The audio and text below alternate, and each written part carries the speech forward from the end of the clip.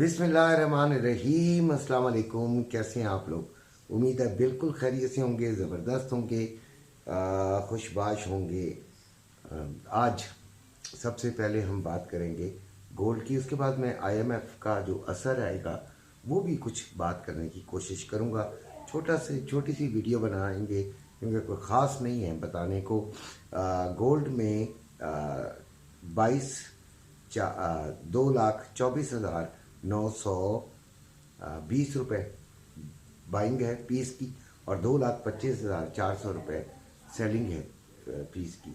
और बाइंग की तरफ ज़्यादा रुझान हुआ है, लिहाजा इसका रेट जो है वो बढ़ गया है। वैसे भी आज जुमा है, जुमे हफ्ते को ये माफिया जो है वो अपना रेट ख़ुद भी बढ़ाकर पेश कर देती है। इसमें कोई मुज़ायका भी नहीं है भाई, उनकी जागीर है ये। हम लोग तो अवाम हैं, आम अवाम, ठीक है जी। उसके बाद रवा 2,22,790 रुपये में बाइंग और 2,23,290 रुपये में सेलिंग हो रही है। इंटरनेशनली 2162 चल रहा है। हुआ ये है कि आज जब डाटा आया तब हमने ट्रेड ली और इसको हमने तकरीबन 60-61 से हमने बाइंग लिया हुआ है, बैठे हैं। बाइंग की तरफ आता है। आज ज़रा एक बात मुझे कह लेने दीजिए कि मार्केट जो है वो कुछ अजीब सा बिहेव कर रही है। आप लोग ज़रा सारे एक दफ़ा को बिल्कुल जो है वो बिल्कुल खाली जहन से, मेरी दुश्मनी में नहीं, अपनी भी दुश्मनी में नहीं, ये ज़रा सोचिएगा कि मार्केट जो है वो मेरा ख्याल है कि इस साल छोटे रिटेलर सबको आउट कर देना चाहती है।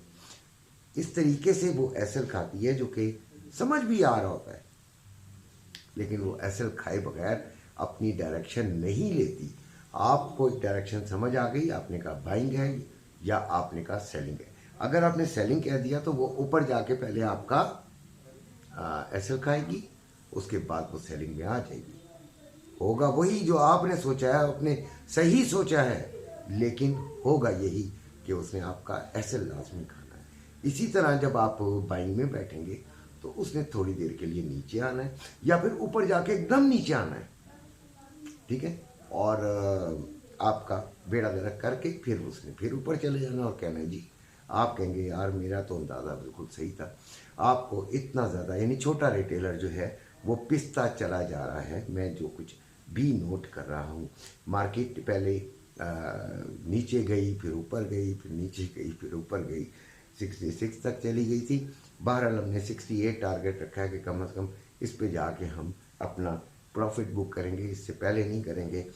भाड़ में गया। आज वैसे भी जुमा है और हफ्ते इतवार को छुट्टी होती है। इसमें ज़्यादा ट्रेड में पंगे नहीं करने चाहिए, नुकसान नहीं उठाना चाहिए। अब आ गया जी सिल्वर, तो 25.36 पे चल रहा है ऊपर की तरफ, पहले से ही ये चल रहा है। इसका मतलब है कि गोल्ड ने ऊपर जाना ही जाना है। आपने यहाँ से अगर ट्रेड लेनी है यहाँ से भी आप ले सकते हैं। जब मैं वीडियो बना रहा हूँ 21.62.58 है, ये बात जहन में रखिएगा। अच्छा जी, उसके बाद आता है जी इसका जो सिल्वर का रेट, वो है 2520 रुपये में बाइंग, 2560 रुपये में सेलिंग। ऑयल ने भी आज बड़ा तंग किया है, 80 और 81 के दरमियान ये फिरता रहा है और ये बड़ी तकलीफ दे पोजीशन में है हमारे कुछ बच्चों का और हमारे खुद अपने दोस्तों का, बशमूल मेरी भी उसमें कंट्रीब्यूशन है, यानी कि मेरी भी पार्टनरशिप है, होल्ड किया हुआ है नीचे से हमने। तो देखते हैं क्या होता है। हम तो नीचे की तरफ इसको देखना चाह रहे हैं, हमारी मर्जी तो नहीं चलेगी। जब एसएल नहीं लगाते तो फिर लाजमी तौर पे ट्रेड में फंस जाते हैं। यही आपको भी समझाता हूँ, लेकिन अपनी दोस्तों को नहीं समझा पाया। खैर, अपना अपना होता है, तरीक़ेकार होता है, अपने फंड के हिसाब से भी होता है जी। बड़ा कुछ कैलकुलेशन होती है, बड़ी ऐसे नहीं होता कि एसएल ही आप खिलवाते जाएँ, ऐसी बात भी नहीं होती। कोई बड़ा एक तरीका होता है, एक समझ होती है। ये अब आहिस्ता आहिस्ता आती है। ये कोई किसी किताब में नहीं लिखा हुआ, ये किसी भी किताब में, किसी भी कोर्स में, किसी भी ग्राफ में नहीं लिखा हुआ, ये किसी भी कैंडल पे भी नहीं लिखा हुआ कि आप एसएल जो है वो क्या लगाएं। एसएल इतना होता है जितना आप अफोर्ड कर सकते हैं और अपनी ट्रेड के मुताबिक जितना आपका टारगेट होता है प्रॉफिट लेने का, उसको भी मद्देनज़र आप रखते हैं। उसको हासिल करने के लिए, कुछ खोने के लिए आप तैयार होते हैं, उसको हम हासिल कहते हैं। अब आती है बारी कि फिज़िकल गोल्ड कहाँ तक जाएगा IMF की शराइत के बाद। IMF ने बहुत सारी शराइत पेश कर दी हैं, ऐसी ऐसी शर्तें, क्योंकि वो ढोल बजा रहा है शराइत का, डमाडम डमाडम डमाडम, और अवाम देखो कैसे नाचेगी, क्योंकि कर्जा जमा सूद इन्होंने उतारना है। और एक बात और है, अपना भी कुछ ना कुछ करना है। अपना क्या करेंगे यार, किस तरह करेंगे? हर चीज़ पे टैक्स है।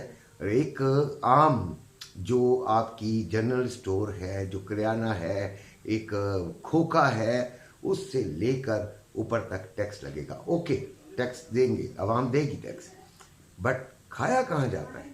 सवाल ये पैदा होता है कि खाया कहाँ जाता है। आपको पता है कि आपको कर्जा जमा ये सूद मिला के 9,000 अरब रुपए देने होते हैं, ठीक है, और आपके पास आता कितना है? 7,000। पहले ही ये चला गया। अब उनको 9,000 में आपको 2-2,500 आपको जमा चाहिए, मजीद चाहिए। वो तो आप हमारी पसलियों से निकाल लेंगे, मजीद का कहाँ से निकालेंगे? ये जो ब्यूरोक्रेट्स बैठे हैं, बड़ी बड़ी गाड़ियों में फिर रहे हैं, पेट्रोल इस तरह जा रहा है। कल पता चला था कि मरियम नवाज ने भी कोई टायर वायर बड़े करोड़ों में तब्दील कराए। यार ये आवाम कहाँ से देगी? आपने जो टैक्स कलेक्ट कर लिया, उसमें भी मज़ीद आपने हमसे और ज़्यादा लेकर जो अपना कर्जा और उसका सूद दे दिया, जो कि आप लोगों ने खाया हुआ है। आप लोगों से मुराद मैं और आप नहीं, हम तो नाचने वाले हैं भाई ढोल पर, ठीक है। उन्होंने खाया हुआ है जिन्होंने मज़ीद कर्जा भी लेना है, ठीक हो गया, हमारे नाम पर लेना है, हमारी मेहनत पे, हमारी पसली पे, हमारी छाती पे भाई, हमें उन्होंने मकरूज मज़ीद करना है। अब उसके बाद जो तनख्वाहें देते हैं, जो मराआत देते हैं, वो जो सेनेटर साहब भी अपना एक कर गए, कोई अपना कुछ, हमारे निज़ाम अदल में भी ऐसी चीज़ें बड़ी हैं जिनमें बड़ी मरात हैं यार। इसी तरह हमारे और भी अदारे हैं जिनका नाम लेने से मेरा चैनल ख़त्म हो सकता है भाई। तो लिहाजा ये चीज़ें बड़ी ख्याल से मतलब हम देखते हैं, हम कहते हैं कि यार हमारे साथ क्या है। तो गोल्ड पे तो बहुत बड़ा असर पड़ेगा। गोल्ड पे इसलिए असर पड़ेगा कि गोल्ड की परचेज और सेलिंग एक बड़े अमाउंट की होती है भाई, तो इस पे असर पड़ सकता है, काफ़ी पड़ सकता है। आने वाले वक्त में पता चलेगा कि क्या इस पे असर पड़ा है। लेकिन हम बहुत डर गए भाई, हम बहुत डर गए, हम पिस गए, हम बर्बाद हो गए, समझे। हम कहाँ तक जाएंगे? हम जो ये खबरें सुन रहे हैं कि हमें सिर्फ इमदादें ही मिलेंगी, शायद एक आटे का तोड़ा हमें मिल जाया करेगा और कहा जाएगा कि पूरा महीना काम करो भाई। अपना ख्याल रखिएगा। वीडियो पसंद आई है तो ज़रूर लाइक सब्सक्राइब कीजिएगा। अल्लाह।